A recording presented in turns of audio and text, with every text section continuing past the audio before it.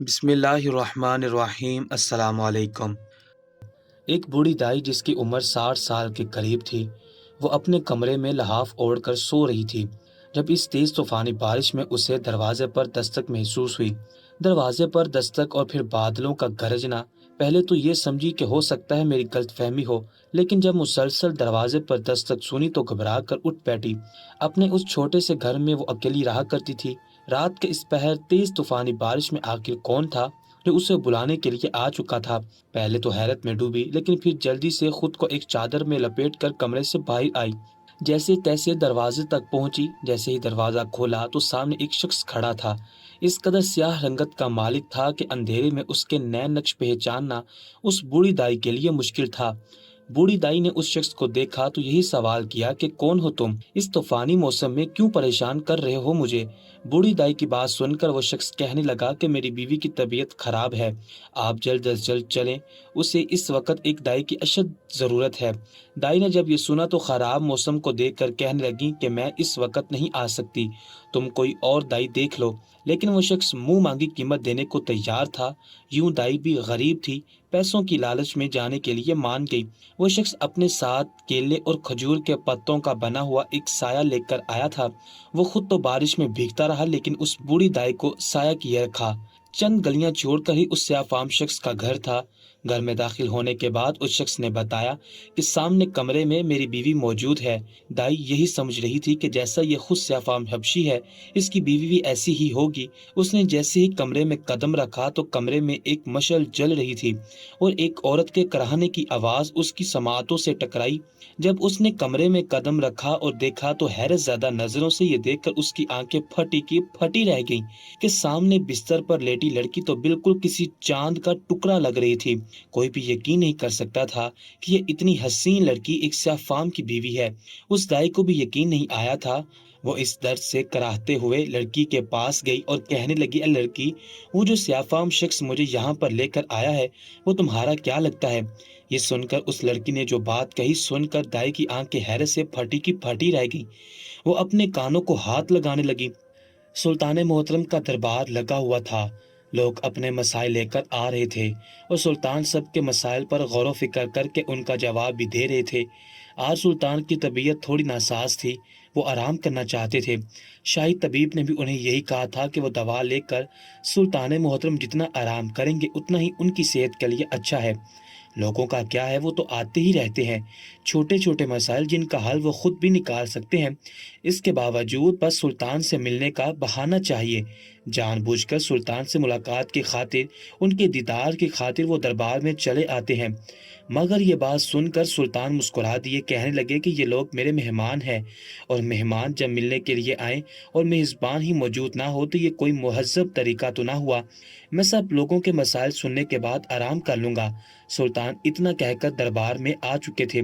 ابھی لوگوں کے مسائل سن ہی رہے تھے کہ جب ایک دائی وہاں پر آئی۔ بوڑھی دائی تھی، لاٹھی کے سہارے چلتے ہوئے وہاں تک آئی تھی۔ ہانپتے ہوئے دربار میں کھڑی ہو کر کہنے لگی، میرے بیٹو، اگر تم لوگوں کی اجازت ہو تو کیا میں تم لوگوں سے پہلے سلطان سے جا کر اپنا مسئلہ بیان کر لوں؟ میرا مسئلہ بہت اہم ہے۔ یہ بوڑھی ہڈیوں میں اتنی جان نہیں کہ میں زیادہ دیر یہاں پر بیٹھ کر انتظار کر سکوں۔ سلطان کے دربار میں دائی کی آواز گونجی تو سبھی اسے مڑ مڑ کر دیکھنے لگے تھے۔ پھر کہنے لگے کہ ٹھیک ہے اماں، آپ سلطان کے پاس جا کر اپنا مسئلہ بیان کر لیں۔ سلطان بھی تشویش میں مبتلا ہوئے تھے۔ فوراً اس دائی کے لیے بیٹھنے کے لیے کرسی منگوائی گئی۔ وہ سلطان کو سلام پیش کرنے کے بعد بیٹھ کر کہنے لگی کہ سلطان محترم، کل رات جو کچھ مسئلہ میرے سامنے پیش آیا، مجھے لگا کہ آپ کے سامنے وہ بیان کرنا ضروری ہے۔ ہو سکتا ہے کہ اس معصوم بچی کی زندگی بدل جائے۔ سلطان تجسس سے اس بوڑھی عورت کی جانب دیکھتے ہوئے کہنے لگے کہ تم مجھے مسئلے سے آگاہ کرو، کیا ہو گیا ہے؟ سب خیریت تو ہے؟ وہ بوڑھی دائی گہری سانس خارج کر کے کہنے لگی کہ سلطان، میں دائی ہوں۔ کل رات اس قدر شدید بارش تھی، اس کے باوجود ایک شخص میرے گھر کی دہلیز پر آیا اور مجھے اپنی بیوی کے لیے بلا کر لے گیا۔ کہنے لگا اس کی حالت بہت خراب ہے۔ میں اس کی بیوی کے پاس گئی۔ خیر سے اس نے ایک بیٹی کو جنم دیا ہے، لیکن بیٹی کو جنم دینے کے بعد جب میں اس کی بیٹی کو اٹھا کر اس سیاہ فام شخص کے پاس لے کر گئی تو پہلے تو وہ بہت خوش تھا، مجھے منہ مانگی قیمت تک دینے کو تیار تھا، کہتا تھا تم جتنا مانگو گی اتنا دوں گا، تمہیں خوش کر دوں گا۔ लगता भी मालदार था, लेकिन जैसे ही उसने कपड़ा हटाकर अपनी बेटी का चेहरा देखा तो उसके चेहरे के तासुरात बदल चुके थे। वो जिस कदर खुश दिखाई दे रहा था, सारी खुशियां गोया सिमट चुकी थी। उसने फौरन अपनी गोद में मौजूद बच्ची को छोड़ दिया। वो बच्ची जमीन पर गिरने ही वाली थी अगर मैं उसे ना पकड़ लेती। इतना मंजर देखना था कि मैं उस शख्स से झगड़ने लगी, कहने लगी, क्या तुम पागल हो गए हो? इतनी फूल सी बच्ची को क्यों छोड़ दिया? खुदा से डर नहीं लगता? मगर बजाय मेरी बात के जवाब देने के वो कमरे में गया और अपनी बीवी पर तशद्दुद करने लगा। मैं हैरान थी कि आखिर यह माजरा क्या है। उस शख्स ने बड़े जालिमाना तरीके से उस बच्ची को मुझसे छीना और मुझे अपने घर से निकाल दिया। रात की तारीकी फैली हुई थी, शदीद बारिश थी, मैं कुछ भी ना कर सकी। सुबह होने का बस इंतजार करने लगी। सोचा आपको इस मामले से आगाह करूंगी तो यकीनन आप कोई हल निकालेंगे। सुल्तान दाई की बात सुन चुके थे। वजीर भी पास ही खड़ा सवालिया नजरों से उस दाई को देख रहा था। हो सकता था कि वो बेटी जात से नफरत करता हो और उसकी ये ख्वाहिश हो कि उसकी पहली औलाद बेटा पैदा हो। लेकिन जब दाई ने उसे जो खुशखबरी सुनाई कि वो एक बेटी का बाप बन चुका है, तो शायद यही वजह थी कि वो इस तरह की हरकत कर बैठा। कई तरह के वसवसे थे जो उस वक्त जहन में खड़े हो रहे थे, लेकिन हकीकत तब ही पता चल सकती थी जब उस घर के फर्द से ही पूछा जाता। ये कैसा जाहिल शख्स था, अपनी बीवी को इस हालत में भी तशद्दुद का निशाना बना रहा था। सुल्तान कुछ देर सोचते रहे, फिर कहने लगे कि मैं 2 दिन तक इंतजार करूंगा। अगर मामला ज्यादा पेचीदा है तो मुझे लगता है कि वो लड़की खुद चलकर मेरे पास आएगी, वरना मैं खुद उसका एक बेहतर हल निकाल लूंगा। वो बूढ़ी औरत अपनी जानिब से तो सुल्तान को आगाह कर चुकी थी, लेकिन इसके जाने की कुछ देर बाद ही एक हसीन और जमी लड़की सुल्तान के दरबार में दाखिल हुई। उसकी हालत बेहद खराब दिखाई देती थी, लेकिन फिर भी वो इस कदर हसीन थी कि एक मर्तबा देखने के बाद यही दिल चाहता था कि एक मर्तबा और उसके चेहरे पर नजरें उठाई जाएं। बिलाशुबा आज से पहले ऐसी हसीन लड़की सुल्तान ने अपनी जिंदगी में नहीं देखी थी। सुल्तान के पास वो लड़की चलते हुए आई और सर झुकाकर खड़ी होगी। उसकी आंखों से आंसू बह रहे थे। नकाहत ऐसी थी कि वो लंगड़ा कर चल रही थी, लेकिन जैसे ही सुल्तान के सामने आई तो चकराने की वजह से गिरने लगी थी। ये तो कनीज थी जिसने आगे बढ़कर उसे थाम लिया, वरना वो गिर चुकी होती। फौरन उसके लिए एक नशिस्त बहाल करवाई गई, उसे पानी पिलाया गया। उसकी तबीयत कुछ बेहतर हुई तो कहने लगी, सुल्तान मोहतरम, मैं आपके पास एक बहुत पेचीदा मसला लेकर आई हूँ। खुदारा मेरी मदद कीजिए, मुझ पर एहसान कीजिए। मेरी जिंदगी अजाब बनकर रह चुकी है। मैंने हर तरह से अपनी जिंदगी आसान बनाने के लिए सर तोड़ कोशिश की, लेकिन इसके बावजूद मैं आज खाली हाथ रह चुकी हूँ। मेरी इतनी वफा के बावजूद मेरे शोहर ने मेरे साथ जो कुछ किया मैं सोच भी नहीं सकती थी। सुल्तान ने उस लड़की की बात सुनी तो उसे दिलासा देने लगे, कहने लगे कि फिक्र मत करो, तुम अब सुल्तान के दरबार में आ चुकी हो। तुम अपना मसला पेश करो, तुम्हारे हर मसले को न सिर्फ सुना जाएगा बल्कि तुम्हें हर तरह की मुसीबत से भी आजाद करवाया जाएगा। ये सुनकर वो लड़की रोने लगी। सुल्तान के सामने अपना मसला बयान करके कहने लगी कि सुल्तान, मेरे माँ बाप ने सबसे पहले मेरे साथ बहुत बुरा किया। मैं उनकी लाडली इकलौती बेटी थी। वो कहते थे कि मुझे बिल्कुल शहजादियों की तरह रखेंगे। वो मुझे कई मुल्कों की शहजादियों के नाम ले लेकर पुकारा करते थे।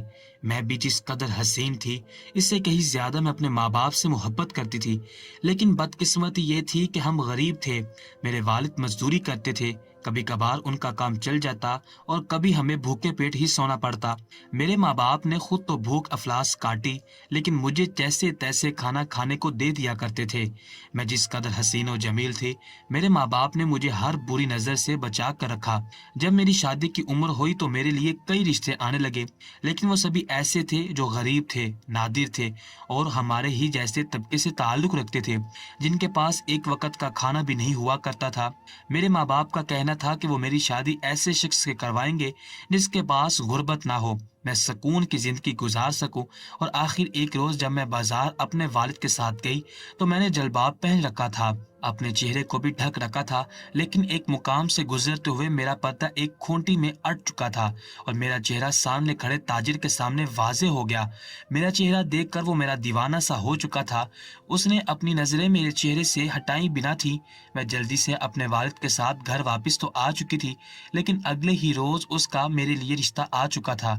मैं तो उसे देखकर ही खौफ से लर्ज रही थी। वो इस कदर बदसूरत था कि बस मैं उसका चेहरा सोचकर ही घबरा सी जाती।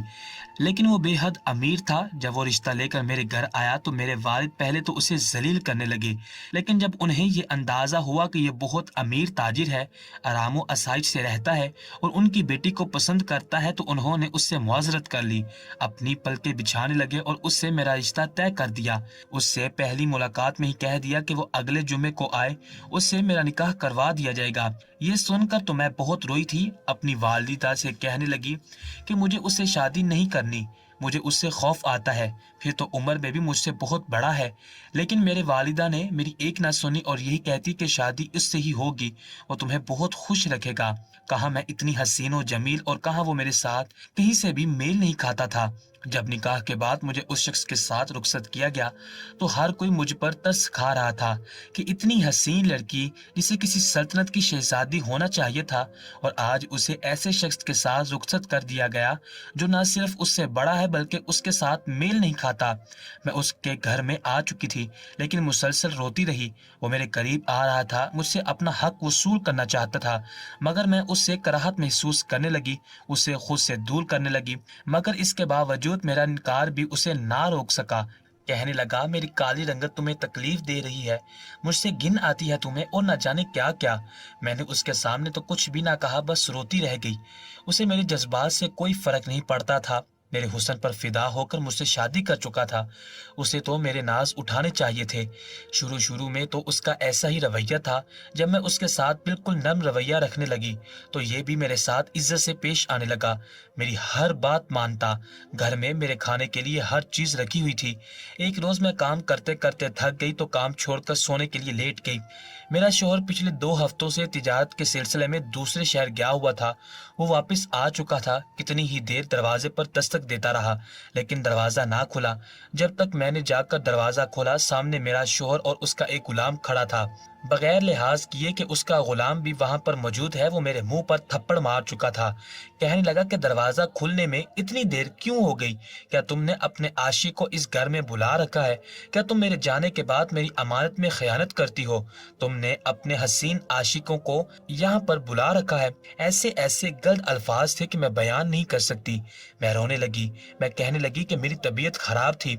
मैं थोड़ी देर आराम करने के लिए लेट गई। दरवाजे की दस्तक ना सुन सकी, लेकिन वो शख्स मुझे जलील करने लगा, मेरे साथ सख्ती बरतने लगा, जबकि वो गुलाम जिसकी उम्र 16 या 17 साल एक जानिब को खड़ा ये मंजर देखता रह गया।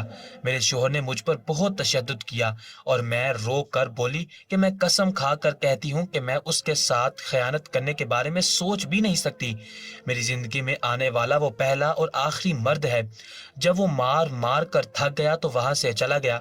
उस गुलाम को कहने लगा कि आज के बाद तुम इस घर में रहकर इस घर की रखवाली करोगे, मेरी बीवी की मदद करोगे और साथ इस पर नजर भी रखोगे कि मेरे जाने के बाद इस घर में कोई आता तो नहीं है। मैं रो रो कर अपनी पाक दामनी का यकीन दिलाती रह गई। उस घर में धन दौलत की कोई कमी न थी, लेकिन यहाँ पर सुकून नहीं था। यह गुलाम चुपचाप घर के काम करने लगा और फिर घर के कोने में बैठ जाता। धीरे धीरे शोहर का रवैया मेरे साथ बेहतर होने लगा। डरते डरते ही सही, लेकिन मेरे दिल में मेरे शोहर के लिए खास मुकाम बन चुका था। वो जैसे भी था अच्छा था, बस शक करने की बीमारी में मुब्तला था। और एक रोज मुझे ये खुशखबरी मिली कि मैं हामिला हूँ। मेरे शोहर को पता चला तो बहुत खुश हुआ, मेरा बहुत ख्याल रखने लगा। शोहर का खरीदा गया गुलाम जिसका नाम रबी था, मेरे साथ अक्सर बैठकर बातें करता है, मुझे अपने किस्से सुनाता। लेकिन जब मेरी बेटी इस दुनिया में आई तो दाई ने बच्ची को मेरे शोहर के सपुर्द किया तो मेरा शोहर मुझ पर भड़क गया। अगर दाई बच्चे को ना पकड़ती तो यकीनन मेरी बच्ची आज दुनिया में ना होती। इतना कहकर वो लड़की बेतहाशा रोने लगी थी। सुल्तान बगौर उसके अल्फाज सुन रहे थे। वो रोते हुए कहने लगी कि सुल्तान, मेरा शोहर गुस्से से कमरे में आया और जानते हुए भी कि मेरी हालत खराब है मुझे गर्दन से दबोच लिया। कहने लगा कि बताओ ये किसकी हराम कारी तुम मेरे सर पर ला रही हो? बताओ इस बच्ची का बाप कौन है? मैं घबरा गई, हैरत से अपने शोहर का चेहरा देखने लगी। कहने लगी कि क्या मतलब है आपका? मैं आपकी बीवी हूँ और ये आपका खून है। लेकिन वो गुस्से से उस बच्ची को दाई से छीन कर लाया और कहने लगा कि ये कहाँ से मेरी बच्ची लग रही है? ये कहीं से भी मुझे अपना खून नहीं लगती। मैंने जब बच्ची की शक्ल देखी तो वह बिल्कुल मुझ जैसी थी। बिल्कुल मुझ पर गई थी। उसकी आंखें भी मुझ पर थीं, जबकि मेरा शोहर स्याह फाम था। वो गुस्से से मुझसे पूछ रहा था, मुझ पर तशद्दुद कर रहा था। गुस्से से मुझे यही कह रहा था कि बताओ ये किसका गुनाह मेरे सर लाई हो। घर से शोर शराबे की आवाज़ें सुनकर गुलाम, जो एक जानिब को सो रहा था, उठकर आ गया। इत्तेफाक से उस गुलाम रबी लड़के की उम्र 16 या 17 साल थी और उसकी रंगत भी सफ़ेद थी। ज़्यादा मुशक्क़त करता तो बिल्कुल सुर्ख हो जाता। मेरे शोहर ने उस पर एक नज़र दौड़ाई और यह नतीजा अखज़ कर लिया कि वो गुलाम ही असल गुनहगार है। मुझ पर तोहमत लगा दी कि मैं उस गुलाम के साथ जिना कर चुकी हूँ, अपने शोहर की आंखों में धूल झोंक चुकी हूँ। फिर शोहर ने उस गुलाम को भी मारा और कहने लगा कि तुम्हारी शादी इसी गुलाम से करवा दूंगा, तुम्हारे साथ मेरा कोई ताल्लुक नहीं। मैंने शोहर को बहुत समझाया कि ऐसा मत करो, गलत मत समझो, तुम्हारी औलाद है। लेकिन शोहर ने कह दिया कि बस 7 दिन बाद तुम्हारा इस गुलाम के साथ निकाह है। मैं जानता हूँ कि तुम्हें कैसी सजा देनी है, तुम जैसी लड़कियों को कैसे सबक सिखाया जाता है। सुल्तान ने जब ये सुना तो गुस्से से आग बगोला हो चुके थे। कहने लगी, ये कैसा शख्स सिर्फ गलत फहमी की बुनियाद पर बहतान लगा रहा है। बाप पर ना जाने की वजह से औलाद का वजूद गाली कह रहा है। उसे शर्म आनी चाहिए। आखिर इसके पीछे वजह क्या है? कोई भी गैरतमंद शख्स अपनी बीवी को ऐसा कह नहीं सकता। लेकिन जिस तरह उस लड़की की हालत थी, सुल्तान इनकार नहीं कर सकते थे। सुल्तान को सोच में पड़ गए थे। फिर कहने लगे, जिस वक्त तुम घर से निकली तुम्हारा शोहर कहाँ था? वो लड़की रोते हुए कहने लगी कि मेरा शोहर सामान खरीदने की खातिर घर से बाहर गया था, तो मैं मौका पाकर आपके हुजूर चली आई। जानती हूँ एक आप ही हैं जो मेरी जिंदगी बचा सकते हैं। फिर सुल्तान ने उसे जो मशवरा दिया, जो कुछ सुल्तान कह रहे थे, सुनकर उसकी आंखें हैरत से फैल चुकी थी। कहने लगी कि सुल्तान, आप ये क्या कह रही हैं? मैं एक माँ होकर ऐसे कैसे कर सकती हूँ? मेरा उस गुलाम के साथ कोई ताल्लुक ही नहीं है। क्या आप भी मुझ पर शक कर रहे हैं और मुझे ये सब कुछ करने का कह रहे हैं? लेकिन सुल्तान ने अगले ही पल उसे कहा कि अगर तुम अपने शोहर को अपनी जानिब मायल करना चाहती हो और उसे ये हकीकत बताना चाहती हो तो बेहतर है कि जो मैं कह रहा हूँ वो करो, वरना तुम्हारा शोहर पागल होकर तुम्हारी जिंदगी बर्बाद करके रख देगा। ये सुनकर वो लड़की थोड़ी घबरा सी गई। फिर कहने लगी कि ठीक है, मैं ऐसा ही कर लूंगी। वो सुल्तान को अलविदाई कलिमात कहते हुए महल से निकल आई थी। सुल्तान भी सोच में पड़ चुके थे। उन्हें इंतजार था तो बस कल रात का। वो लड़की घर पहुंच चुकी थी। उसकी बच्ची घर में मौजूद बिल बिल कर रो रही थी। वो बच्ची को चुप करवाने लगी, अपने रब के हुजूर दुआ करने लगी कि बस सुल्तान ने जो करने का कहा है, ऐसा करने से मेरा शोहर राह रास्त पर आ जाए। कुछ देर बाद उसका शोहर वापस घर आ चुका था। उससे बच्ची के साथ देखकर मुंह ही मुंह में बुड़बुड़ाने लगा। फिर गुस्से से चिल्लाकर कहने लगा कि मैं तुम जैसी औरत के साथ ताल्लुक रखना ही नहीं चाहता। तुम्हें अपने हुस्न पर बहुत गरूर है और इसी गरूर में आकर मुझे नीचा दिखाने की खातिर तुमने मेरे साथ ऐसा किया है। ये सुनकर वो लड़की शोहर के कदमों में गिर गई। उस बच्ची को भी उठाकर शोहर के कदमों में रख दिया। गुलाम भी कहने लगा कि जैसा आप सोच रहे हैं वैसा कुछ भी नहीं है, ये आपका ही खून है। लेकिन शोहर मानने को तैयार ही नहीं था। कहने लगा कि अगर ये मेरा खून है तो इसका रंग मुझ जैसा क्यों नहीं है? हमारी अब तक की नस्ल में जिसकी भी जो औलाद हुई है वो स्याह फाम ही हुई है। अगर ये मेरी औलाद होती, मेरी तरह भी ये स्याह दिखती। बच्ची को बार बार वो गुनाह कह रहा था, जबकि वो बच्ची शायद अपने बाप से बार बार गाली बर्दाश्त नहीं कर पा रही थी। वो अपने बाप के पैरों में सिसक कर रोने लगी, चीख चीख कर रो रही थी। लेकिन बच्ची की आवाज भी उस शख्स के दिल को मौम ना कर सकी। उस लड़की को बहुत गुस्सा आ चुका था। उसने अपनी बेटी को अपने शोहर के कदमों से उठाया और कहने लगी कि ठीक है, अगर तुम्हें लगता है कि ये तुम्हारी औलाद नहीं है बल्कि मैंने गुलाम के साथ बदफेली किया तो ठीक है, मैं भी अब तुम्हारे साथ मजीद वक्त जाया नहीं करूंगी। ये सुनकर वो शख्स मजीद आग बगोला हो चुका था। गुस्से से कहने लगा कि ये तो मेरी अच्छाई है कि अभी तक तुम्हें इस घर में रखा है, वरना अब तक तो मैं तुम्हें तलाक दे चुका होता। जब तक तुम इस गुलाम से निकाह नहीं करोगी मैं तुम्हें नहीं छोड़ने वाला। वो गुलाम घबराया हुआ था। उसके पास तो कोई और ठिकाना भी नहीं था। हाथ जोड़कर अपने मालिक से कहने लगा कि पाक दामन है, इन्होंने कोई गुनाह नहीं किया, ये तो मुझसे बात तक नहीं करती। लेकिन उस शख्स को आखिर यकीन आता भी तो कैसे? आखिर जब कुछ देर बाद वो शख्स घर से गया तो रबी को उस लड़की ने वहां पर रोक दिया और फिर वो सब कुछ बताया जो सुल्तान ने करने का कहा। वो भी पहले कपा चुका था, लेकिन ऐसा करने के बाद शायद वो शख्स राह रास्त पर आ सकता था। इधर सुल्तान आधी रात होते ही अपना भेस बदल चुके थे। भेस बदल कर उस मुकाम पर पहुंच चुके थे जहां पर वो दोनों मियाँ बीवी रहते थे। सुल्तान मौके के इंतजार में थे कि अब सही वक्त आए اور وہ اندر جا کر اس سیاہ فام شخص کو سبق سکھا سکے۔ سلطان نے انہیں جو مشورہ دیا تھا اس پر عمل درآمد کرنے کا وقت آ چکا تھا۔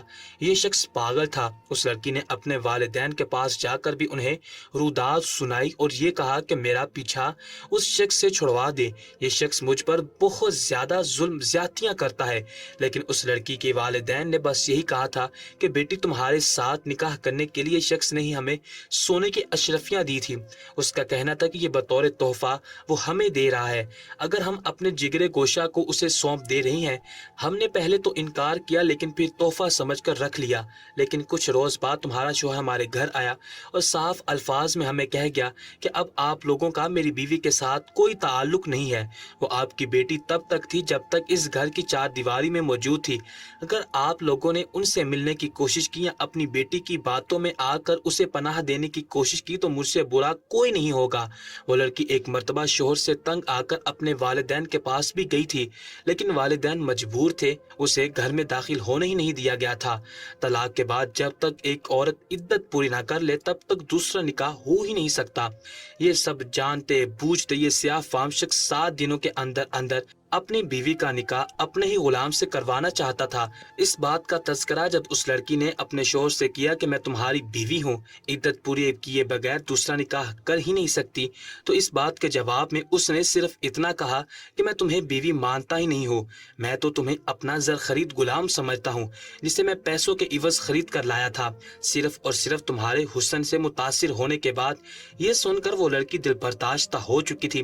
سیاہ فام شخص گھر میں داخل ہوا تو اسے کمرے سے خسر پسر کی آوازیں آ رہی تھی، ایسے لگ رہا تھا جیسے اس کی بیوی کسی سے رازداری سے باتیں کر رہی ہو۔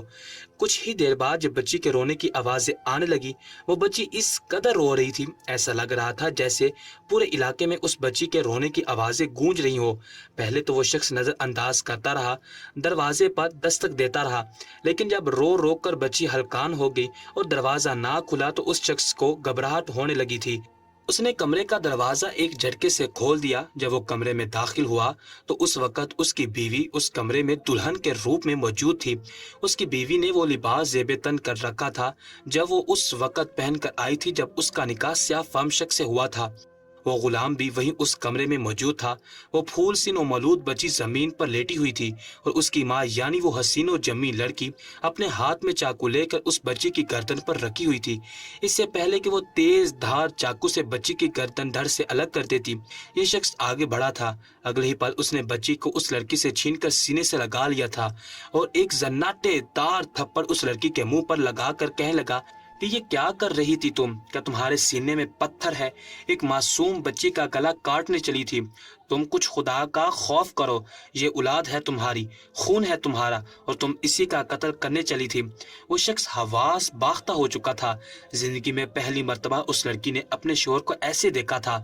وہ لڑکی اٹھی اور پھر بے تاثر چہرے سے کہنے لگی، جب تم اسے اپنی اولاد نہیں مانتے تو میرا بھی اسے کوئی تعلق نہیں ہے، یہ میرا خون ہی نہیں، نہ میں اس کی ماں ہوں۔ تم بھی اسے نہیں اپنا رہے تو پھر میں کیوں اس کا بوجھ اکیلے اٹھاؤں؟ اس لیے بہتر ہے کہ میں اسے ذبح کر دوں، مار دوں اور اس ربیع سے نکاح کروں۔ لیکن اتنا سن کر وہ شخص تڑپ اٹھا تھا۔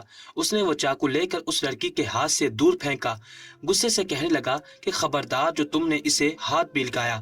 اتنا کہہ کر وہ اپنی بچی کو سینے سے لگا چکا تھا۔ بچی باپ کا لمس محسوس کرتے ہی خاموش ہو چکی تھی۔ اس شخص کا دل بڑی تیزی سے دھڑکنے لگا۔ وہ بچی اس کی گود میں آ کر خاموش ہو چکی تھی۔ وہ شخص بچی کو دیکھتا کبھی اپنے تیز گردش کر رہی دھڑکن کو۔ جب اس نے بچی کے چہرے پر غور کیا تو بچی کا صرف رنگ ہی سفید تھا، نین نقش بالکل اس سیاہ فام شخص کے ہی جیسے تھے، اور سب سے بڑی بات یہ تھی کہ اس شخص کی ہتھیلی پر پیدائشی ایک نشان بنا تھا، وہی نشان اس بچی کے ہاتھ پر بھی موجود تھا۔ جب اس شخص نے یہ دیکھا تو رونے لگا۔